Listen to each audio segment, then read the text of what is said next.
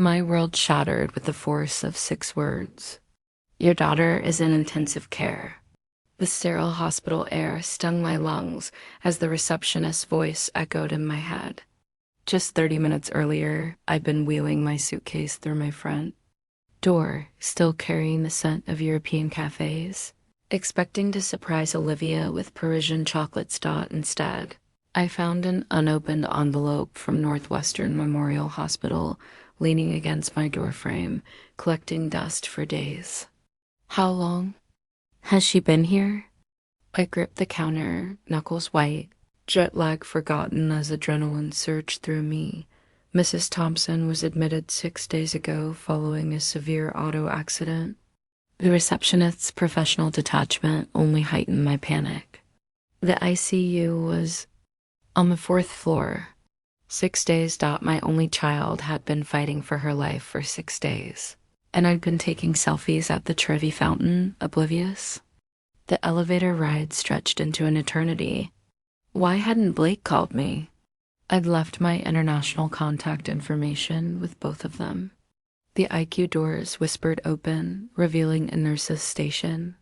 "I'm Rebecca Harrison," I said, my voice surprisingly steady. "My daughter, Olivia Thompson, is here."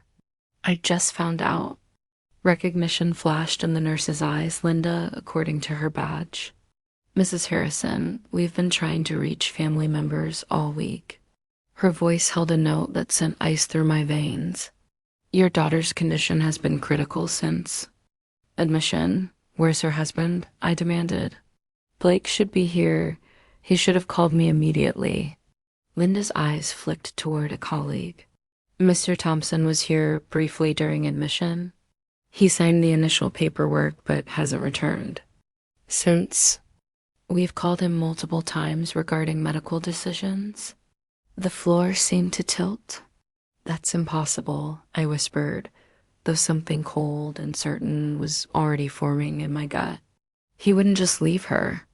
Linda's expression remained neutral, but her eyes told a different story. "Dr. Patel is your daughter's attending physician. He'll be here soon." "Would you like to see Olivia now?" I nodded, suddenly terrified. "I should prepare you," Linda said gently as she led me. "She has extensive injuries and is on ventilator support." Nothing could have prepared me for the sight in room 412. My beautiful, vibrant Olivia lay suspended in a web of medical technology. Tubes snaked from her mouth. Her face was swollen beyond recognition, mottled with deep purple bruising. A surgical dressing covered the right side of her head. Casts encased her left arm and right leg. The steady beep of heart monitors and the rhythmic whoosh of the ventilator were the only sounds. "Olivia," I choked out, carefully taking her unbandaged hand. Her skin felt cool. Nothing like the warm daughter who had hugged me before my vacation. "I'm here, baby. Mom's here now." Linda checked various monitors. "She's been stable for the past 48 hours, which is positive. The neurosurgery team successfully reduced the intracranial pressure." "What exactly happened?" I managed to ask, not taking my eyes from Olivia's face. According to the police report, her husband was driving. The vehicle was traveling at approximately 90 miles per hour when it lost control and hit a concrete divider. Linda's clinical description couldn't mask the horror. "Your daughter wasn't wearing a seatbelt. She was partially ejected." My knees buckled. Linda guided me to the chair. "And Blake?" I asked, a strange calm descending. "Was he injured?" "Minor. Lacerations and bruising. He was treated in the AA and released that same night." Released. The word hung in the air. Blake had walked away with scratches while she lay shattered. "I'll need copies of all her medical records," I said, my voice dropping to the precise, measured tone that had made junior executives tremble. "And the police report?" Linda nodded. "I'll have everything prepared. And Mrs. Harrison, it's good you're here. She needs an advocate right now." After she left, I leaned close to Olivia's ear. "Listen to me, sweetheart. I'm not going anywhere. I'm going to find out exactly what happened, and I promise you I will get answers. I squeezed her hand gently, then I pulled out my phone, the executive in me taking control. Where was Blake? Why hadn't he called? My fingers hovered over his. Contact. No accusations, no emotions. Just a mother looking for her daughter's husband. Blake, I'm at Northwestern with Olivia. Please call me immediately. I sent it, then turned back. I'm going to find him, Olivia, I whispered. And I'm going to find out why he left you here alone. The monitor beeped steadily. My body was exhausted from travel, but my mind was razor sharp with purpose. My European vacation felt like a distant dream, replaced by a single mission.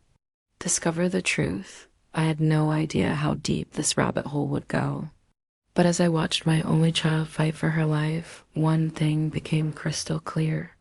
Whoever Blake Thompson really was, he had picked the wrong mother to underestimate. The antiseptic hospital air burns my lungs as I stand frozen in the ICU doorway, staring at the unrecognizable face of my daughter. 6 days she's been here, broken, intubated, fighting for life, while I wandered European streets oblivious. The rhythmic whoosh of the ventilator punctuates the nurse's clinical explanation. High-speed crash, concrete barrier, ejection. And Blake, released the same night with minor scratches, vanished as I hold my daughter's cold hand. Something ancient and primal awakens. The mother whose child lies wounded. The hunter whose target has revealed himself. Each beep of the heart. Monitor sharpens my focus. I don't have answers yet. But as I send that text, I make a silent vow. I will find him. I will discover the truth. And if he has betrayed her, heaven help him. 3 hours into my vigil, Blake still hadn't responded. Each passing minute crystallized my suspicion. Dr. Patel had come and gone, outlining Olivia's injuries in excruciating detail. Traumatic brain injury, punctured lung, lacerated liver, compound fracture. The litany turned my stomach, but his cautious optimism gave me something to cling to. I turned to the stack of documents Linda had provided. The clinical language couldn't mask the horrifying reality. Blake had been driving 93 miles per hour in a 45 zone. His blood alcohol level was 0.11. He'd walked away while my daughter nearly died. Mrs. Harrison, Linda appeared. There's an officer here. He was the first responder. Officer Ramirez was stocky and serious. He explained they'd been trying to reach Blake. We have reason to believe Mr. Thompson may have been texting at the time of the crash, in addition to the alcohol. The impact angle suggests he wasn't watching the road.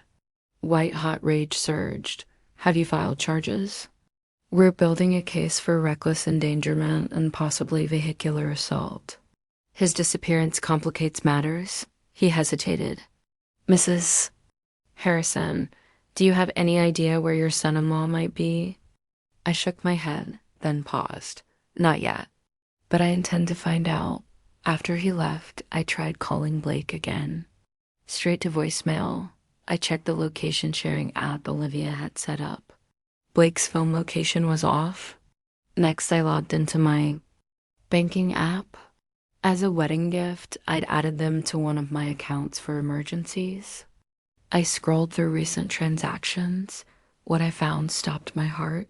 A series of large withdrawals and charges had begun exactly 1 day after Olivia's accident. Hotel charges in Miami, restaurant bills exceeding $1,000, a yacht rental. Designer, boutiques, cash withdrawals totaling over $15,000. While my daughter lay unconscious, her husband was on a spending spree in Miami. My hands trembling with rage. I opened Instagram and searched for Blake's account. He rarely posted, but perhaps his friends weren't so discreet. I didn't have to search long. Blake had been tagged in multiple photos posted just hours earlier. The images showed a luxury yacht. Blake stood center frame, his arm around a bikini-clad woman who wasn't my daughter. His face was unmarked except for a small bandage.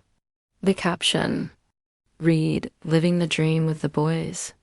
3 days in and no signs of stopping. Yacht life, Miami living, blessed." 3 days. He'd been partying for 3 days while Olivia fought for her life. I zoomed in. The yacht's name was visible, seized the day. In another photo, Blake held up a bottle of Dom Perignon. Laughing down in that moment, something fundamental shifted. The concerned mother vanished, replaced by the strategic executive. I called my personal banker, Timothy. "Rebecca, welcome back." "How was Timothy? I need emergency assistance," I cut in, my voice deadly calm. "I need to freeze all accounts that Blake Thompson has access to, immediately." "Of course. May I ask what's happened?" "My daughter is in intensive care after a car accident where Blake was driving drunk. He's abandoned her and is currently spending her money on a yacht in Miami with another woman." The stunned silence lasted a moment before his keyboard clicked.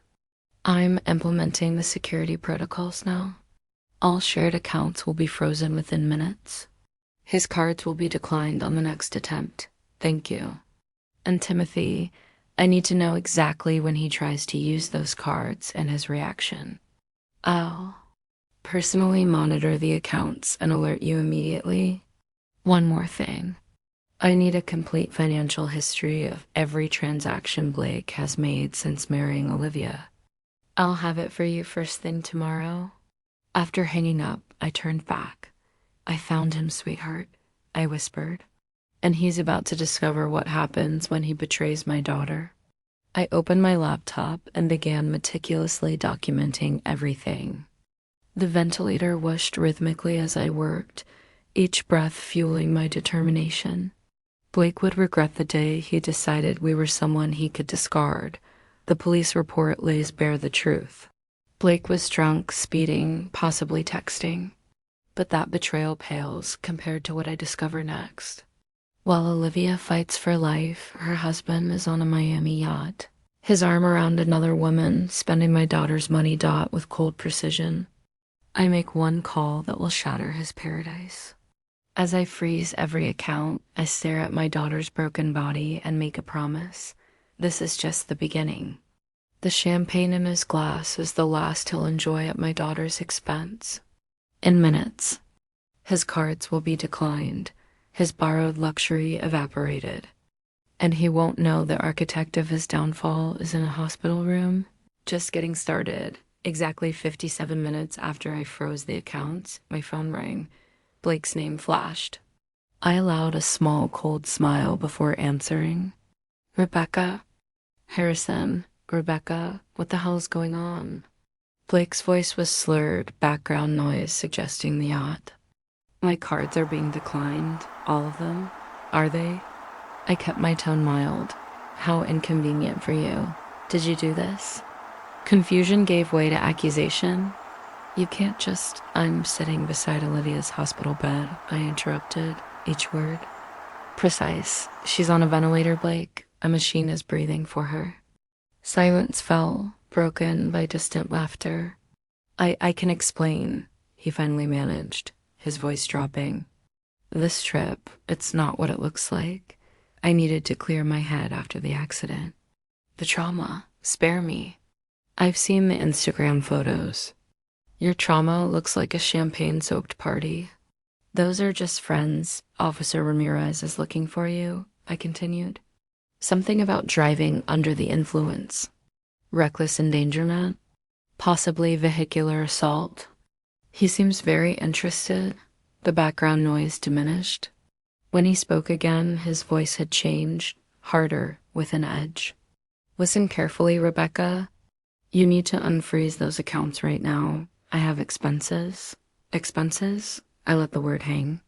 "Like the $15,000 in cash withdrawals? The yacht rental? The $3,000 dinner?" His sharp intake of breath told me he hadn't expected me to know. "You've been monitoring my spending. That's an invasion of privacy." A short, harsh laugh escaped me. "Privacy?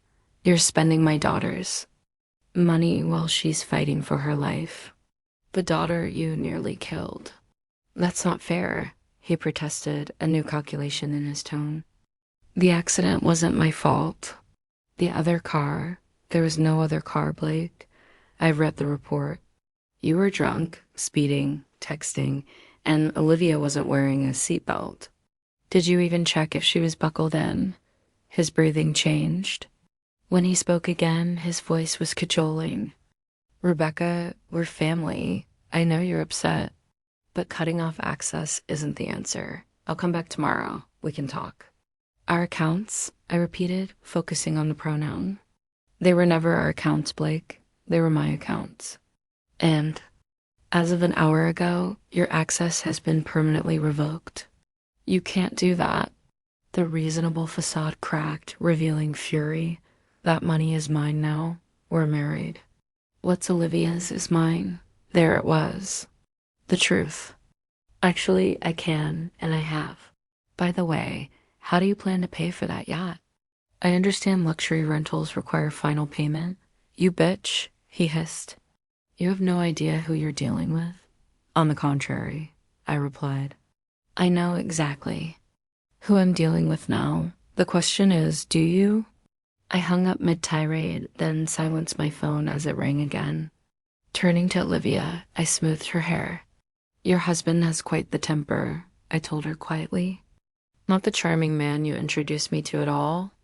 Linda entered with fresh 4 bags. Everything's stable. Her latest scan shows the pressure decreasing.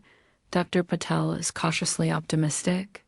Thank you, Linda, if a man named Blake Thompson tries to call or visit, alert security immediately. He's not to have any contact. I'll make a note. Family-only visitation, restricted access. After she left, I refreshed my banking portal. Timothy's report was there. The picture was damning.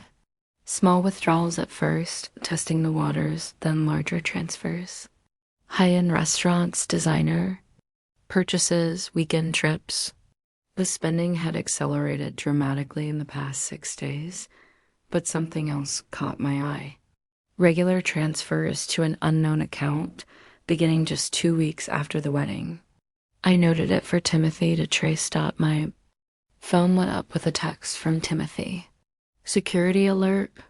Blake Thompson attempting to withdraw cash at Miami First National ATM. Request denied. Multiple attempts made. I imagined his panic. No cash, cards declined, a yacht bill coming due. A second text followed. Mr. Thompson on phone with customer service. Extremely agitated, claiming identity theft. Protocol holding firm. Accounts remain frozen. A small, grim smile. His charm wouldn't work on security protocols. My laptop pinged. Trent Lockwood had tagged Blake in a new Instagram video. I clicked out the video, showed Blake on the yacht, screaming. Into his phone, face contorted with rage. The caption read, "When the cards get declined and the party's over. Meltdown on champagne problems." I watched, cold satisfaction spreading as he threw a tantrum, hurling a champagne glass while someone filmed and laughed. So much for the devoted husband act, I murmured. Your friends are documenting your meltdown for social media, Blake? Not a good look. I downloaded the video, adding it to my evidence file. Then I sent a message to Officer Ramirez. Blake Thompson could be found on a yacht called Seize the Day in Miami. The ventilator continued its rhythmic whooshing. Phase 1 was complete. Phase 2, legal consequences, was in motion. I was just getting started. Morning arrived with the shift change. I dozed intermittently in the recliner, waking at every change in the monitors. Linda finished her shift with an update. She had a stable night. That's positive. Dr. Patel will discuss reducing sedation during rounds. She hesitated. Officer Ramirez called around 5 a.m. He asked that you contact him. My phone had dozens of notifications. Missed calls from Blake, desperate voicemails. Texts alternating between threats and pleas. Alerts from Timothy. and notifications from social media where Blake's meltdown had gained traction. After freshening up and getting coffee, I called Officer Ramirez. "Mrs. Harrison," he answered promptly. "I wanted to update you on your son-in-law. You found him?" I asked, stepping into the hallway. Miami-Dade police made contact last night aboard the yacht. They were unable to detain him immediately due to jurisdictional procedures, but they informed him he's wanted for questioning in Chicago. "So he's still free," I stated flatly. "For now, but there's been a development." Ramirez's voice held a note of satisfaction. "It seems Mr. Thompson was unable to pay for his yacht charter." Asterisk, asterisk, asterisk, the courtroom was thick with anticipation. Every seat was filled, the air humming with the silent energy of reporters and spectators waiting for justice to be delivered. Olivia sat beside me in the front row, her cane resting discreetly against the bench. To a stranger, she might have looked fragile, but I knew the immense strength it had taken to get her here, the surgeries, the sleepless nights, the grueling physical therapy that had rebuilt her broken body inch by agonizing inch. When Judge Williams entered, a profound silence fell. He adjusted his glasses, his gaze landing squarely on Blake Thompson. "Mr. Thompson," he began, his voice resonant and deliberate, "this court has weighed overwhelming evidence of your crimes. Fraud, identity theft, reckless endangerment, financial exploitation. You endangered your wife's life in a high-speed crash, abandoned her in the ICU, and attempted to profit from her suffering. These actions reveal a pattern of predation that this court cannot and will not excuse." He paused, letting the weight of his words settle. "Therefore, you are sentenced to 25 years in Stateville Correctional Center. You will be eligible for parole only after 15. The gavel struck with a sound like a gunshot. For a moment, Blake simply sat there, frozen, as if he couldn't comprehend that his carefully constructed empire of lies had finally collapsed. His once polished face crumpled in pure disbelief. Cameras clicked wildly, capturing the exact instant. The con man realized his con was over. Olivia's hand found mine. Tears glimmered in her eyes, not of weakness, but of profound release. "It's really over?" she whispered out as we walked down the courthouse steps. The press swarmed. "Mrs. Harrison, what's your message?" "Olivia, what do you want women watching to know?" Olivia paused, her cane tapping the concrete, her voice steady and strong. "Don't ever ignore your instincts. Don't ever think you're powerless, and never let anyone convince you that you don't deserve better. If it happened to me, it can happen to anyone, that you can rise again." Applause erupted. The flash of cameras blurred into white light, but I could see it clearly, the spark of inspiration in the eyes of women across the crowd. 18 months later, I found myself in a very different space, the harshly lit visiting room at Stateville Correctional Center. Fluorescent lights hummed, reflecting off scratched tables and bolted plastic chairs. Blake shuffled in, dressed in standard issue blue. His broad shoulders had shrunk. His once perfect hair was uneven, his trademark smile dulled and yellowed. The predator's eyes that had once manipulated boardrooms and bedrooms now held only the weary glaze of a man who had learned the hard way that charm was worthless. "Behind bars, asterisk, asterisk, inmate 47,291, the guard called. He sat opposite me, avoiding my gaze. "Why are you here?" His voice was stripped of all bravado. I came," I said calmly, "to remind you that you didn't win. You didn't destroy Olivia. You didn't destroy me. You built us into something stronger than you could ever imagine." For a brief second, his mask slipped. I saw fear not of me, not even of prison, but of irrelevance. Blake Thompson, once desperate for attention, was now nobody. Just another forgotten man behind walls designed to erase him. I stood to leave, leaning close enough for only him to hear. You wanted power. Now, you have none. You wanted freedom. Now you live in chains. You wanted wealth. Now you're bankrupt. That's your legacy, Blake. Nothing. I didn't look back as I walked out, but our story didn't end with his imprisonment. Olivia's recovery was a journey neither of us could have faced alone. There were nights she woke screaming, from nightmares of shattered glass and screeching tires. Days when her body refused to cooperate and she threw her cane across the room in pure frustration. I was there for every setback and every tiny victory.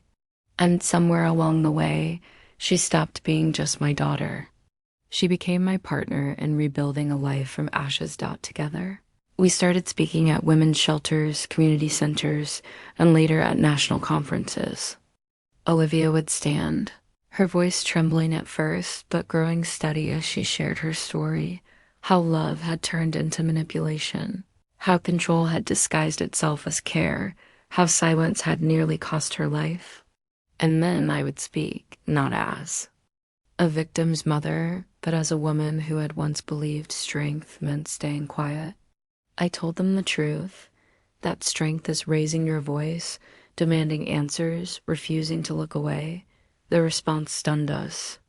Letters poured in from women across the country, teachers, nurses, retirees sharing their own stories of betrayal, control, and rebirth. They told us that hearing Olivia's courage gave them the strength to leave toxic marriages, report fraud, or simply reclaim their own voices after years of silence.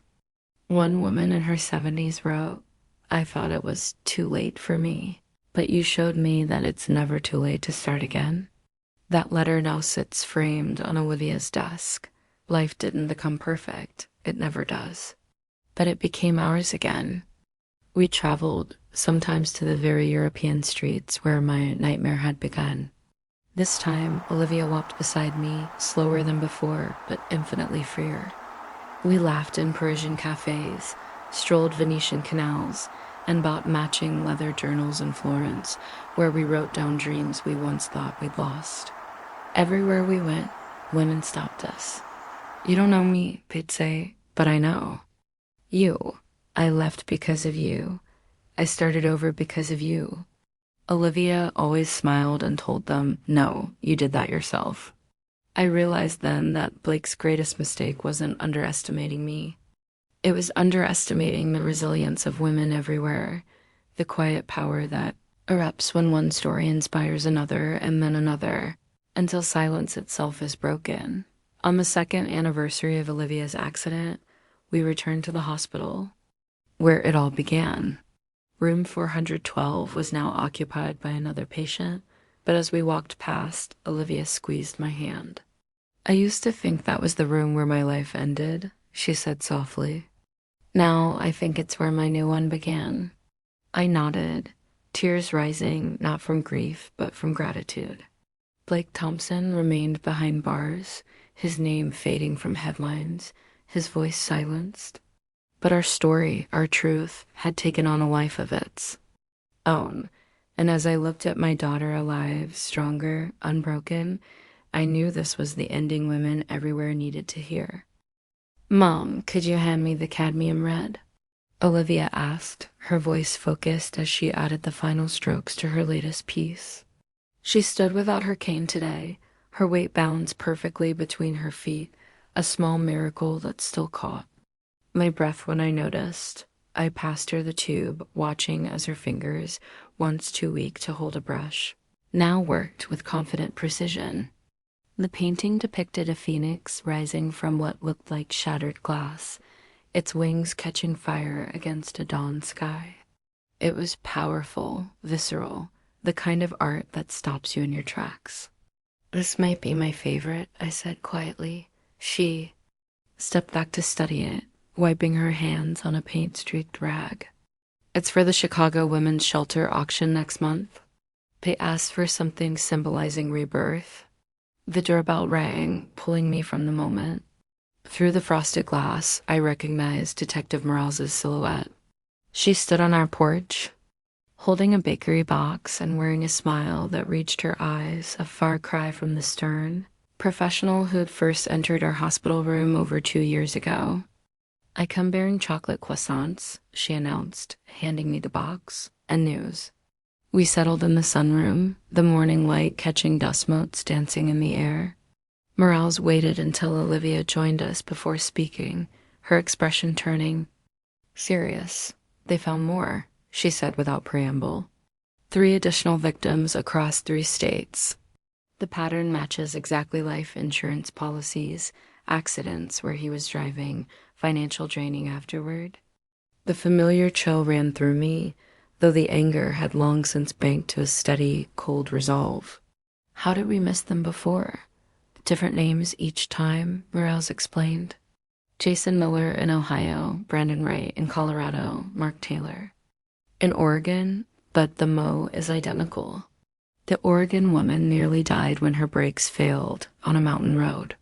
He'd siphoned over $200,000 from her accounts before the accident." Olivia's hand went to her throat, her fingers tracing the faint scar that remained there. "She survived?" "Barely. 6 months in rehab." She reached out after seeing your interview on CNN last week. Morales pulled a file from her bag. "She's willing to testify if needed, though Blake's appeals are going nowhere fast." I took the file, the weight of it familiar in my hands. "How many does this make?" "7 that we know of," Morales said quietly. 7 women who survived his particular brand of predation. The number hung in the air between us. 7 lives shattered, 7 journeys of rebuilding. Olivia's foundation had already connected with 3 of the others, creating a network of support that spanned the country. Now there would be 4 more women to welcome, to help, to learn from. After Morales left, Olivia returned to her studio, but her brushstrokes had taken on a new intensity. I watched from the doorway as she worked, the phoenix on the canvas seeming to take flight under her hands. "That's not for the auction anymore, is it?" I asked softly. She didn't look up from her work. "It's for Sarah, the woman from Oregon. Morales says she's an artist too, or was before. Watercolors."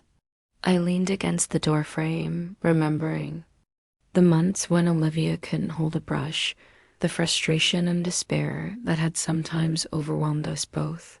"She paid again." "I know," Olivia said, finally meeting my gaze, "because we're going to make sure she does." The following weeks fell into a new rhythm.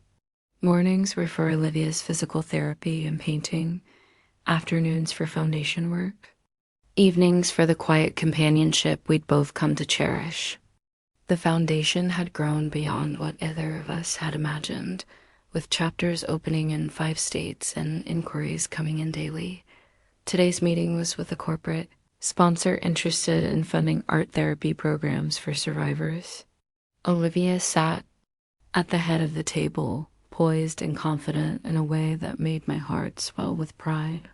"The data shows a 37% improvement in PTSD symptoms among participants in our current programs," she told the executives, her voice clear and steady.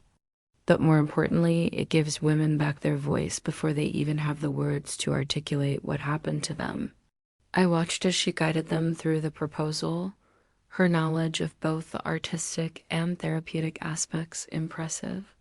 The woman who'd once struggled to form complete sentences after her brain injury now commanded the room with grace and authority. After the executives left, promising a significant donation, Olivia collapsed into a chair with a tired but triumphant smile. "We did it," she said. "That funding will establish programs in 3 new cities." "We did," I agreed, pouring us both glasses of iced tea. "But you were magnificent in there." She accepted the glass, her expression turning thoughtful. I used to wonder why it happened to me, why I had to go through all that." She gestured around the room at the foundation paperwork scattered across the table, the paintings visible through the doorway. "Now I think I was meant to build this, to help these women find their way back." The truth of her words settled between U.S. From the ashes of her own destruction, Olivia had built something beautiful and necessary. Her paintings funded the foundation, her story inspired donors, and her empathy comforted women navigating their own painful journeys. That evening, as we sorted through mail at the kitchen island, an official-looking envelope caught my attention. The return address indicated it was from the state penitentiary. Olivia saw it at the same time I did. Her hand stilled over a stack of foundation applications. Is that? I slit the envelope open, scanning the formal language inside. Blake's up for parole review, I said, my voice carefully neutral. They're requesting victim impact statements. The air in the kitchen went still. Outside, the sounds of a normal evening continued, a dog barking, children laughing down the street, the distant hum of traffic. Normal life, continuing on, unaware of the ghost that had just stepped back into ours. Olivia took the letter from me, her fingers steady as she read it. 15 years already, she murmured. It doesn't feel that long. In some ways, I said, it feels like yesterday. She folded the letter precisely, setting it aside with a finality that surprised me. I'm not writing a statement. I studied her face, looking for any sign of the fear or anger that might have once been there. Instead, I saw only calm resolution. Are you sure? His choices put in that cell, she said. Not my testimony, not your evidence. His choices. I've spent the last 15 years building a life, not dwelling in a prison of my own. I'm not going to start now. She picked up her foundation work again, but I saw the slight tremor in her hands that hadn't been there moments before. The past might not have power over her anymore, but it could still ripple the surface of her peace. The parole hearing came and went without our involvement. Blake was denied release, his pattern of manipulation and lack of remorse cited as reasons to keep him incarcerated. We learned about it through a brief email from Morales, who added that 2 more victims had come forward after the hearing was publicized. Life continued. The foundation grew. Olivia's paintings gained recognition in galleries far beyond Chicago. We traveled when we could, though now it was for speaking engagements and gallery openings rather than escape. In a hotel room in San Francisco after Olivia had brought a crowd of hundreds to their feet with her story. I found her staring out at the bay, her expression unreadable. Penny for your thoughts, I said, joining her at the window. She leaned against me the way she had as a child.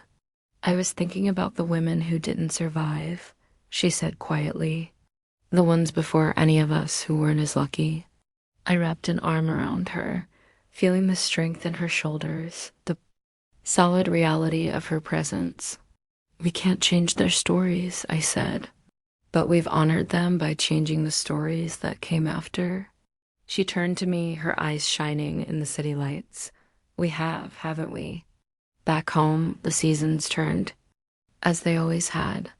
Winter settled over Chicago, painting the world in shades of gray and white. Olivia had taken to walking in the park each morning, her cane long since retired, her gait merely normal except for the occasional stiffness in cold weather. I watched her from the window one morning, her figure small but determined against the snow-covered landscape. She paused at her usual bench, but instead of sitting, she simply stood for a long moment, looking out at the frozen lake. When she returned, her cheeks were flushed with cold, her eyes bright. I realized something out there, she said, stamping. Snow from her boots. I handed her a mug of hot tea, waiting. I'm happy, she said, as if surprised by the discovery. Actually, genuinely happy. Not in spite of everything, but almost because of it. The person I became, I like her better than the person I was before. The simplicity of the statement, the truth of it, filled the room with a warmth that had nothing to do with the tea or the fireplace. That night, as I sorted through old files, something I did less and less often these days. I found the photo.